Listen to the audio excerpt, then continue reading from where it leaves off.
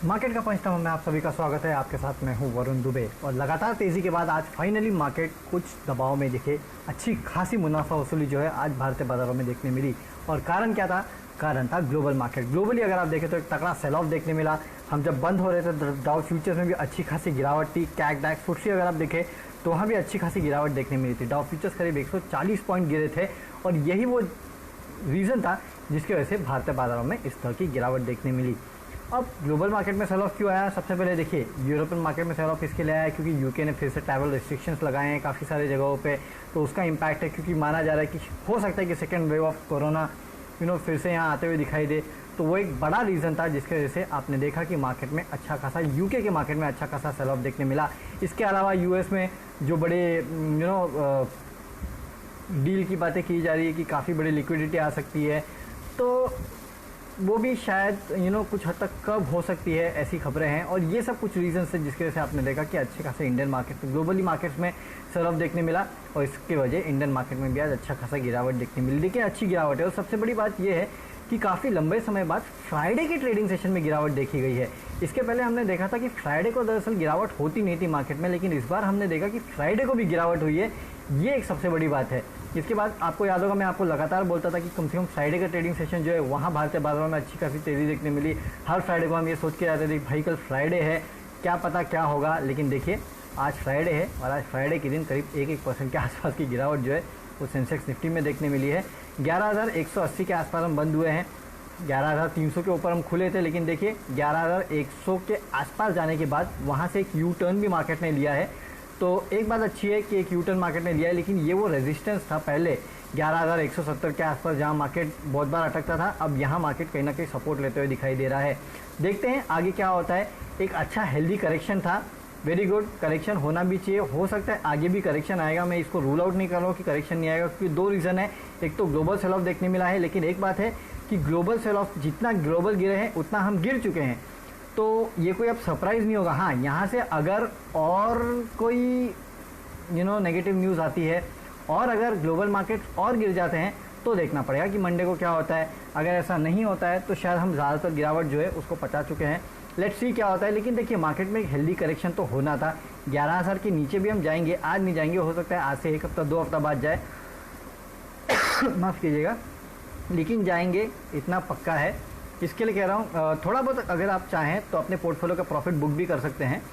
Profit book करना भी अच्छा होता है। देखिए इतना ख़राब है नहीं, आगे फिर चाहिए तो ख़रीदारी कर लेंगे, उसमें कोई प्रॉब्लम तो है नहीं। मार्केट कहीं जा तो रहा नहीं है, मार्केट जाएगा 12,000 भी जाएगा, हो सकता है टाइम लगेगा, इतना जल्दी तो जाने वाला नहीं है, कुछ टाइम बाद जाएगा। लेकिन हाँ अभी मैं सिर्फ इतना बोलूँगा कि थोड़ा बहुत प्रॉफिट बुक कीजिएगा, बैठिएगा, देखिएगा। क्योंकि मार्केट मैंने जैसे कि आपको कहा था कि कंसोलिडेट हो रहा है, एक रेंज में ही ट्रेड करने वाला है 11,000 से 11,300, हालांकि 300 के ऊपर निकल गया, लेकिन ठीक है मोटा मोटी रेंज वही है। तो उसी रेंज में मेरे ख्याल से अगले कुछ दिनों भी आपको मार्केट कंसोलिडेट करते हुए दिखाई देगा। ज़्यादा गुंजाइश है कि मार्केट यहाँ से गिरता हुआ दिखाई दे। लेट्स सी, लेट्स होप कि क्या होता है। चाहते तो हम यही है कि मार्केट चले, बट करेक्शन होते रहते हैं, करेक्शन आते रहते हैं, तो वही करेक्शन आज मार्केट में आया है। ऐसा करेक्शन शायद आपको आगे और भी देखने मिल सकता है। चलिए सवाल जवाब का सिलसिला शुरू करते हैं। सौरभ धवन पूछे HAL IPO प्राइस और रिकमेंडेशन। सर मैंने आपको पहले भी बोला था, आप ही थे कि और कोई था मुझे याद नहीं, किसने तो हिंदुस्तान एरोनॉटिक्स खरीदा था।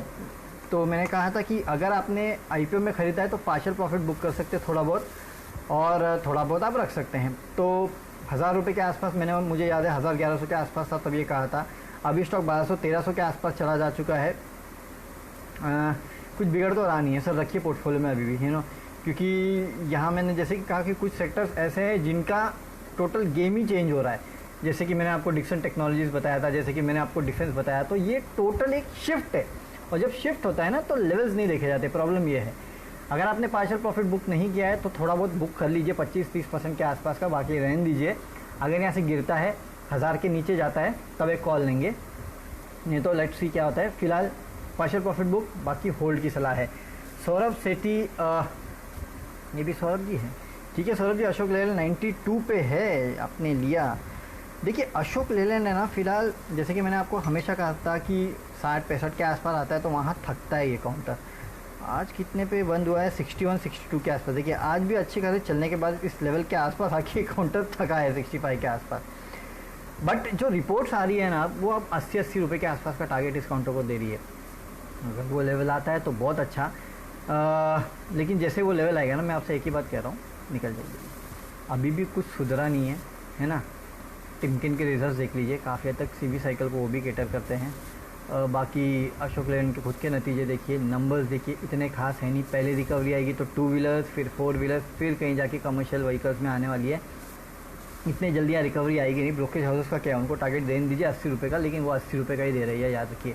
आपने 92 पे लिया है, 80 के आसपास आ जाए तो निकल जाइएगा। बाद में देखते हैं क्या होता है। हालांकि आप अगर देखें तो टाटा मोटर्स और अशोक लेलैंड के बीच में के वैल्यूएशन गैप और पिछले कुछ दिनों में जो रैली देखने मिली है, टाटा मोटर्स में उतना अशोक लेलैंड चला नहीं है, तो कुछ लोग आपको ये तर्क देंगे कि हो सकता है कि अशोक लेलैंड अभी चले। बट टाटा मोटर्स की स्टोरी थोड़ी अलग भी है, वहाँ पैसेंजर व्हीकल्स भी है। अशोक लेलैंड में कुछ ज़्यादा है नहीं, प्योरली कमर्शियल व्हीकल्स है। तो मेरी सलाह नहीं है अशोक लेलैंड में फ्रेश बाइंग करने की, तो बिल्कुल नहीं है तो 80 रुपये के आसपास निकल जाइएगा। 80-85 तक अगर आता है तो निकल जाइएगा, लेने का मतलब नहीं है, ठीक है। ITC 206 पे लिया है रोहित ठाकुर ने। What to do in 15 days, sir 15 दिन। आज कितने पे बंद हुआ? ओके, ओह फिर गया 200 के नीचे। सर बड़ी तकलीफ़ है, ये प्रॉब्लम यही है कि ये काउंटर है ना 203, 205 के ऊपर टिक के बंद हो नहीं पा रहा है, और आपने 206 पे ले लिया है। मैं अभी तो होल्ड के बोलूँगा 196 पे, 1-2 दिन रुकिए, क्योंकि मोमेंटम जो था वो SBI और ITC में थोड़ा स्ट्रॉन्ग था। वो ऐसे दिखा रहा था कि शायद ये थोड़ा चलेगा, 220, 230 तक जाएगा। गया नहीं। आज तो ऐसी मार्केट में गिरावट आ गई, शायद उस वजह से ही गिरा होगा। लेकिन मैं आपको सिर्फ इतना कहूँगा कि आप रखिएगा फ़िलहाल, इसको अभी मत बेचना, बिन मतलब कि इतने लॉस में मत बेचना। ये वापस आएगा 203, 204 तक, इतनी मेरी उम्मीद है। पेशेंट रखे, लेकिन आपको बैठना पड़ेगा। ये हो सकता है कि 15 दिन में आए, 15 दिन से ज़्यादा भी लग जाए, हो सकता है कि आपको 20 दिन भी लगे, 25 दिन भी लगे, लेकिन लॉस में क्यों बेचना। इसके लिए कह रहा हूँ कि थोड़ा रुकिए, लेट्स सी क्या होता है, ठीक है। होल्ड आएगा 206। ओके, एक मिनट, कोई कॉनकॉर पे पूछ रहा था। अरे वोडाफोन पे पूछ रहे हैं, वोडाफोन और भारती पे भी सवाल था और कॉनकॉर पे भी सवाल था। चलिए ठीक है, पहले कॉनकॉर लेते हैं। कॉनकॉर देखिए, फ़िलहाल ये काउंटर 390 के आसपास ट्रेड कर रहा है, 380 के आसपास। ये प्योर डिसइन्वेस्टमेंट स्टोरी है, इससे ज़्यादा इस काउंटर में कुछ है नहीं। नतीजे कुछ खास थे नहीं इस काउंटर के। नतीजे आने के बाद स्टॉक की अच्छी खासी पिटाई हुई थी। अगर आपके पास है 380 के आसपास एक काउंटर ट्रेड करा, देखिए 385 से इस काउंटर ने रिवर्सल दिया, जो कि इसका 100 डे DA में था।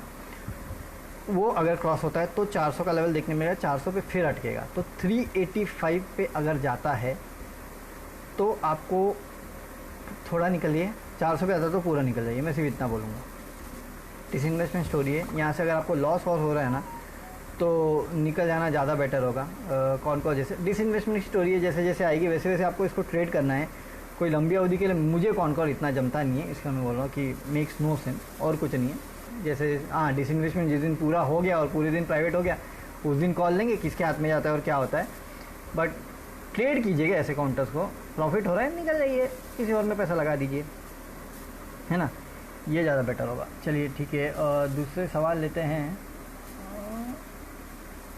ओके, येस बैंक पे कोई पूछ रहा है कि येस बैंक में क्या करना चाहिए। देखिए येस बैंक, जैसे कि मैं आपको कहा था कि यहाँ से 15 रुपये पहला टारगेट बनता है, दूसरा टारगेट क्या बनता है, 18 रुपये बनता है। उसके बाद अगर उनको पार किया तो देखेंगे। 15 रुपये तो इसने पार कर लिया, मेरे ख्याल से 18 रुपये को ही पार कर नहीं पाया अभी तक।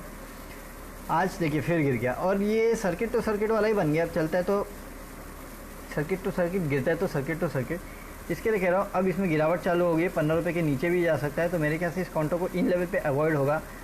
आगे देखते हैं क्या होता है, लेकिन अगर वापस उन लेवल पे आता है जैसे कि 12-13 रुपये पे, तो फिर ख़रीदे, फिर 15 रुपये के लिए ट्रेड करना, और उसके बाद वापस जो है आप इन काउंटर्स को 18 रुपये के लिए ट्रेड कर सकते हैं। अगर 16 रुपये से वापस गया फिर 15 रुपये आएगा, ये रेंज होगी। इतना मैं आपको बता देता हूँ, इसी रेंज में अगले कुछ दिनों तक ट्रेड करेगा। 15 के नीचे फिर आ सकता है, पूरी प्रोबेबिलिटी है। तो wait, don't buy new positions, है तो थोड़ा हल्का हो जाइए, यही बोलूँगा। वोडाफोन और भारती पे पूछा गया था।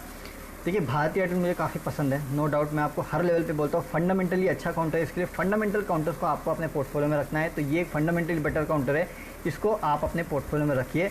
जहाँ तक वोडाफोन का सवाल है, तो Vodafone always still a no, and ये हमेशा ना ही रहेगा। इसको ख़रीदने की सलाह मैं आपको कभी नहीं दूंगा, इसमें से निकल जाइए। भारती एयरटेल गिरावट में ख़रीदारी के अच्छे मौके हैं, आप खरीद सकते हैं इस काउंटर को। कोई प्रॉब्लम नहीं है।